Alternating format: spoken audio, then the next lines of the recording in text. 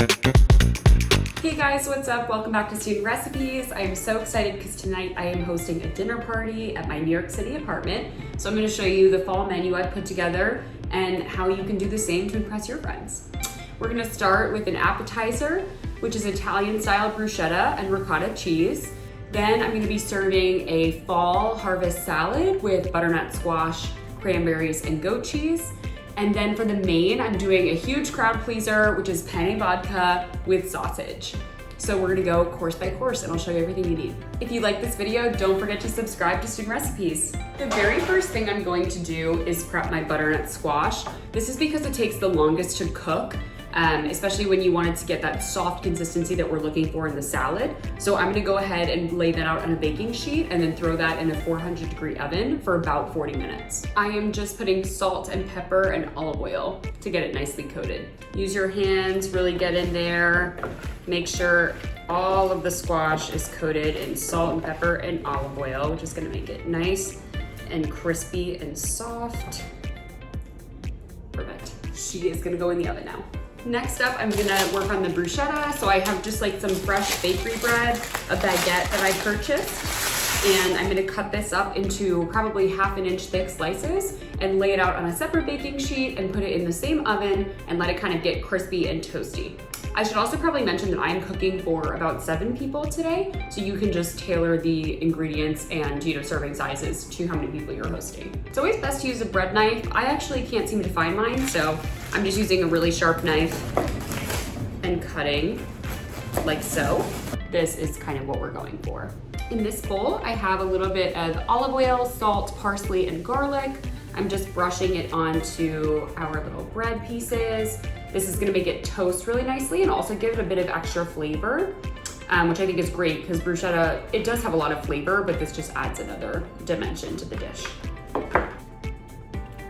In the oven she goes. Next, this is really easy because you can prep this pretty far in advance of your dinner, is the salad. So I have this beautiful serving bowl here with a spoon and something to toss it with.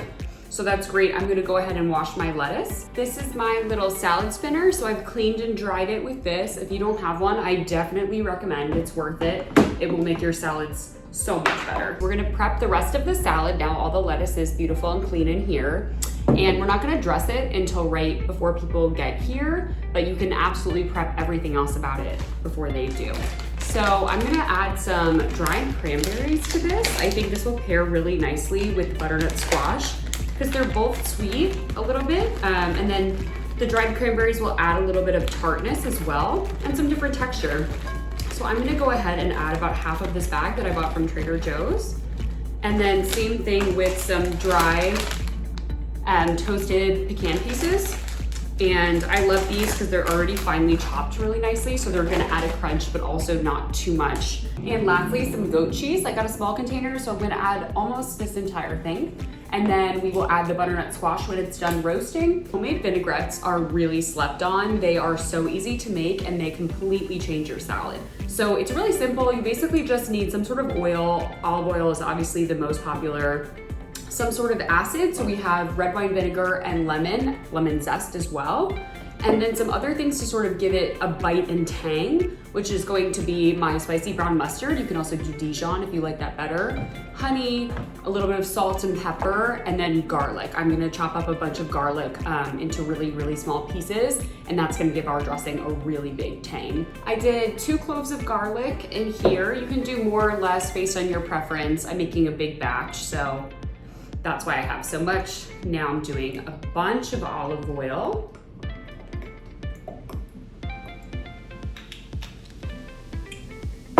Big squeeze of brown mustard. Shake this up really well.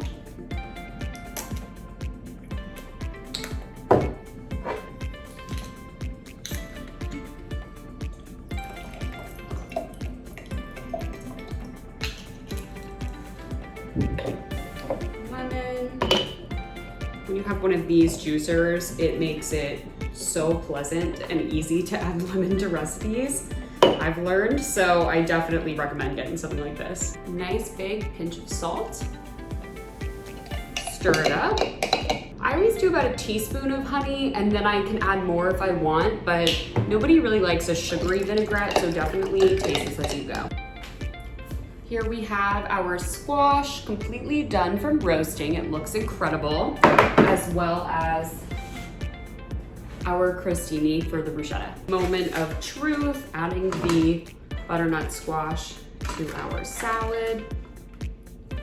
So many fun colors in this too. It looks beautiful, just like fall. To spill like I almost did.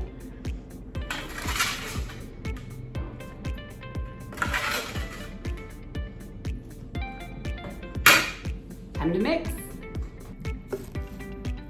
Next, it's bruschetta time. So my toast is ready. I'm just gonna assemble it on this fun little cutting board. I live in New York City, as I've mentioned, so I don't have tons of, great platter serving tools, but I think this can be a really fun way to make it look special and delicious, even if you don't have some of that stuff. Now, I did make this bruschetta yesterday. I'll show you what it looks like. It looks excellent. It has very finely chopped up Roma tomatoes, fresh basil into little slivers, 2 cloves of garlic, half of a lemon, and some olive oil, salt, and pepper, as well as a little bit of onion. And this I like to let marinate a full day in advance, so that's why I made it off camera. But it looks great, and now we're gonna assemble each toast with a little bit of ricotta cheese, a little bit of our bruschetta mixture. You can also buy this, I think, pre-made at Trader Joe's if needed. And then a little drizzle of balsamic vinegar. I'm taking my fresh ricotta cheese, taking a little toast and brushing just a little bit on top, like so. I'm gonna do some with cheese and some without, just in case anyone can't do dairy. I think it's really nice to keep in mind your guests' dietary restrictions. So I'm gonna do about half of the toast with dairy and without.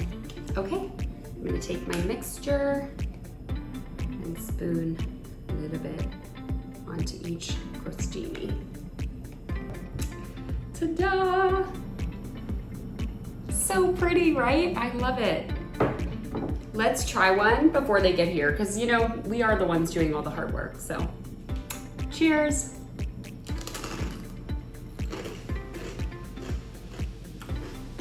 So good. We're moving on to the main entree, the reason we're all here, the penne vodka recipe. So I'm gonna go ahead and reserve some pasta water. My pasta has been boiling in a big pot for about 5 to 6 minutes. So we're gonna put that in this measuring cup that I have here and set it to the side for when we make the vodka sauce. Now that my pasta is done cooking, I've set it aside. It's al dente, which is perfect. I'm gonna start prepping stuff for the sauce. So I'm gonna chop up a white onion, some garlic. I'm gonna open up my can of tomatoes, set my pasta water aside, get everything together to make the sauce process a lot easier. While the onions and garlic are simmering and marinating together, I'm gonna do the next step, which is kind of funny, so have fun with it, but I'm taking my whole tomatoes just in their own juices and adding it to a bowl, and I'm gonna squeeze and juice them out to get them really thin into more of like a sauce consistency.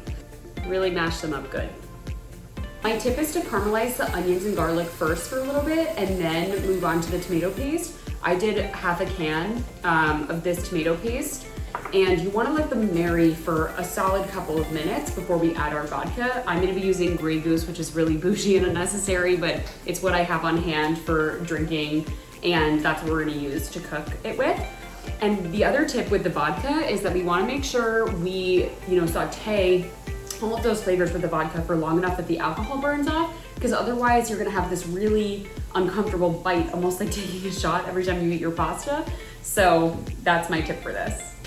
Then after the vodka goes in, we're gonna add our crushed tomatoes, let those flavors marry. It's just about marrying a lot of different ingredients over the amount of time that you're cooking this sauce.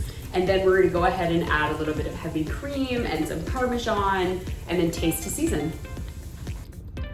Our sauce needs a protein, so I'm gonna be adding this spicy Italian sausage. I got this from Trader Joe's. I find this really good to add to the sauce because it's not super fatty, and as a result, it won't make the sauce overly rich. You can use any kind of sausage you want, but I'm gonna go ahead and start prepping my sausage by just cutting it into little strips. Here we go. These are just the pieces that I've cut up here. I think this makes a good size for a sauce because you don't want too much sausage. So that's 2 packages ready to go. I made my little plate so that when my friends get here, I know that it's amazing and ready to go. So let's try it. Wow, the pink sauce is really rich and cheesy, but not overpowering at all. This is seriously amazing and is a great showstopper for any main entree for a party or event that you're doing this fall. Thank you so much for watching my video. I'm so excited for my friends to get here any minute, so I've got to go. But don't forget to like and follow Student Recipes for more fun things like this.